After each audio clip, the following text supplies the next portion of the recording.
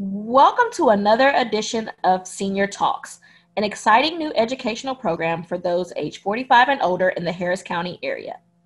Senior Talks features various presentations on opioid use, medication management, pain management, recovery, and overall health. Senior Talks is sponsored by the Harris County Area Agency on Aging and the Council on Recovery's Welderly Program. Today we have with us Leah Bell, older adult peer recovery specialist with the Council on Recovery. She is going to share some information regarding pain management. This will be the second part. Tune in for part 1 so that you can get all the information that Leah has for us. All right, take it away, Leah. Thank you, Latoya. Hello, and welcome back to Senior Talks. Last we met, we covered part 1 of pain management, where we discussed the barriers to accurate pain treatment in older adults, the impact opioids has on the older adult population in the nation at large, and we learned about the 4 types of pain that people often experience. Today, we will be covering part 2 of pain management, where we will explore alternative options to pain management.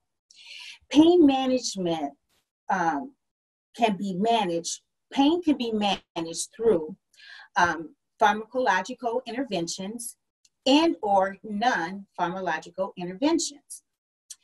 In part 1, we saw the devastating effects opioids can have on the older adults. So we will aim our focus on the non-pharmacological measures that can be taken to manage pain. In part 1, we discussed the cause and effect of pain. So now let's discuss some of the factors that influence pain, which includes developmental factors, physiological factors, social factors, psychological factors, cultural factors, and spiritual factors. We will be looking at the first 4.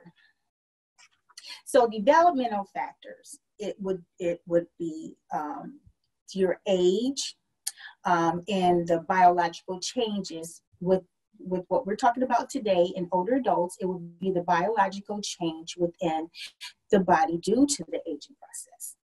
Physiological factors would include fatigue. Fatigue heightens the perception of pain and decreases the coping ability for the older adult.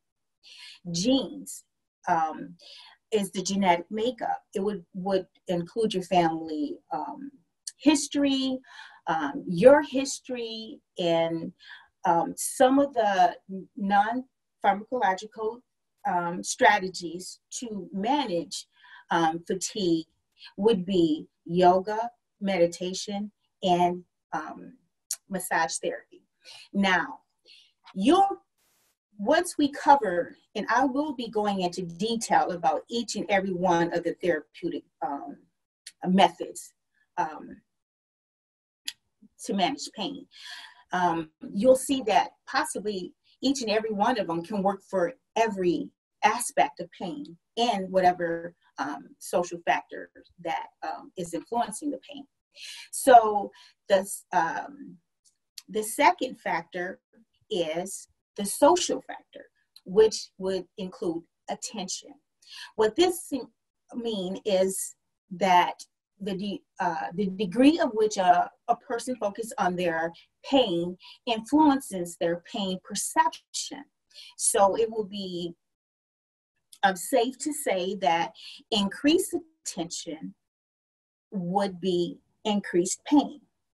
Well, being distracted from pain, or paying less attention to your pain would equal less pain. So some of the therapeutic options out there for that is distraction, meditation, imagery, and music therapy. Along with attention, family and social supports are part of the social factors. So it is known that presence of family and friends can often make the pain experience less stressful for the older adult, anyone for that matter, which is why it's very important for the older adult to stay socially active. Now, the psychological factors would be anxiety, the coping style of the older adult, and depression.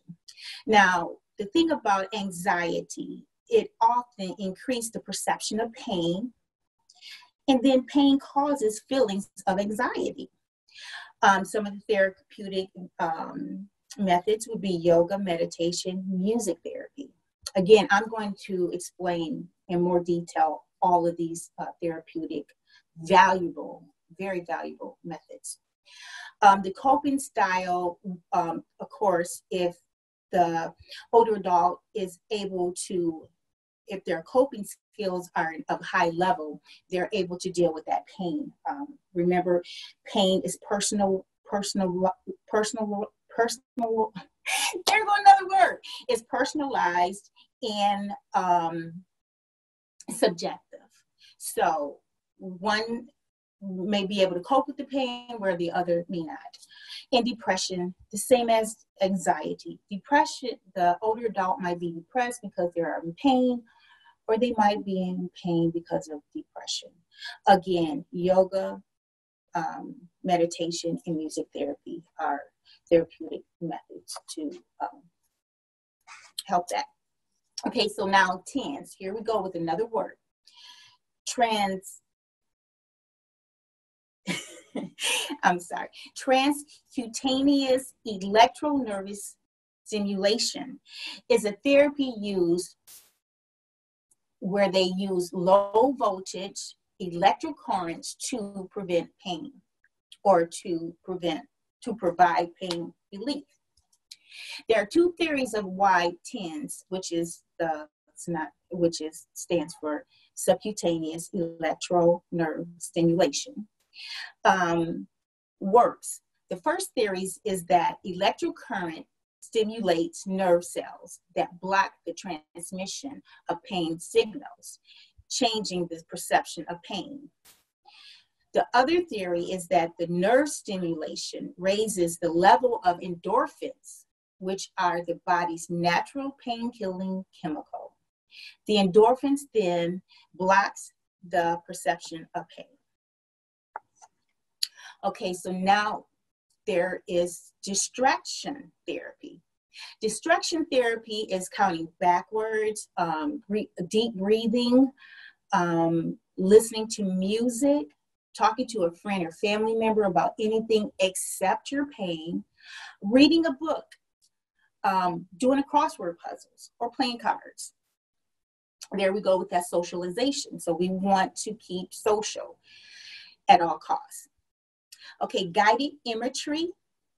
It is a mind-body technique also known as visualization.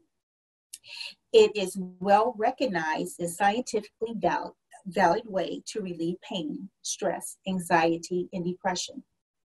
It is driven by the idea that if you envision your pain reciting, you can achieve it. For example, instead of reaching for the nearest bottle of pain relievers, you can close your eyes, breathe deeply, and visualize your pain as a flowing ball floating serenely away from your body. Above is just a ball, a sphere.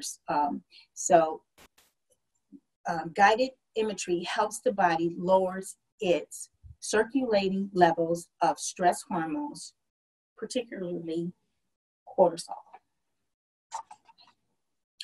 Then we have heat and cold therapy. The tricky part of knowing what situation calls for heat and what calls for cold. Sometimes a single treatment will also call for both.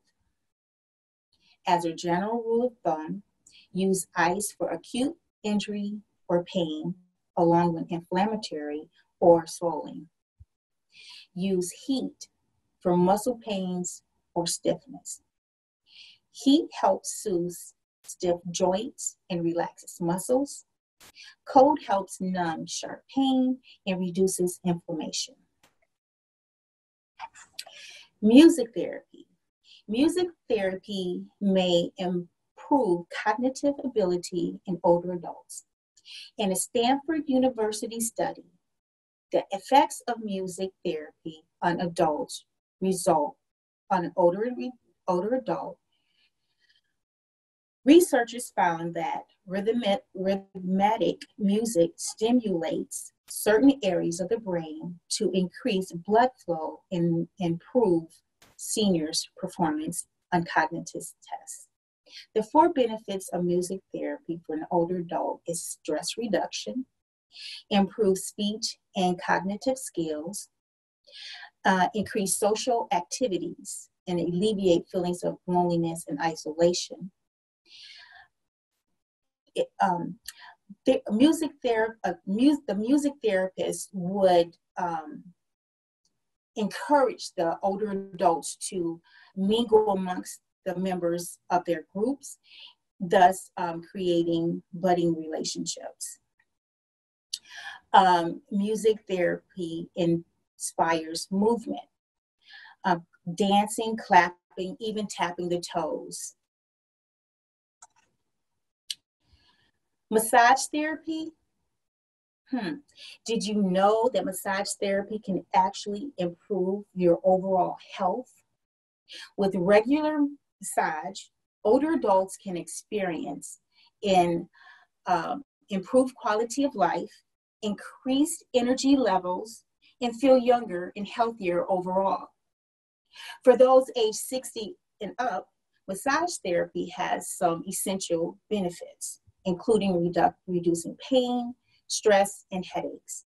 It helps to treat cancer and mental conditions. The common term for the use of massage with the older adult is geriatric massage, which is modified for older adults who require techniques adjusted for age-related conditions such as older skin, joint, and or connective tissue, poor circulation, and other age-related issues.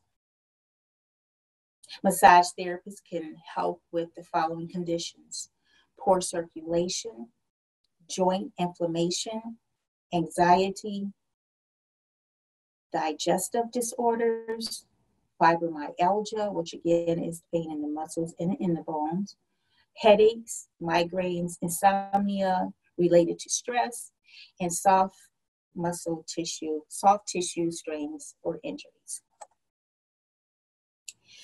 Music therapy is a form of muscle therapy is a form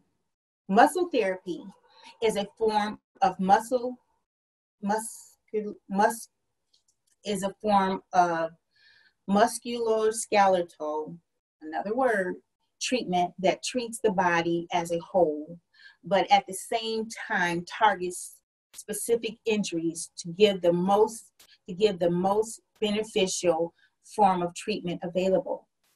Muscle therapy also incorporates rehabilitation exercises and stretches to balance the body and prevent the injury from returning. The difference between muscle and massage therapy, well, they both have the same goal, but they each use different techniques to relieve pain and restore function.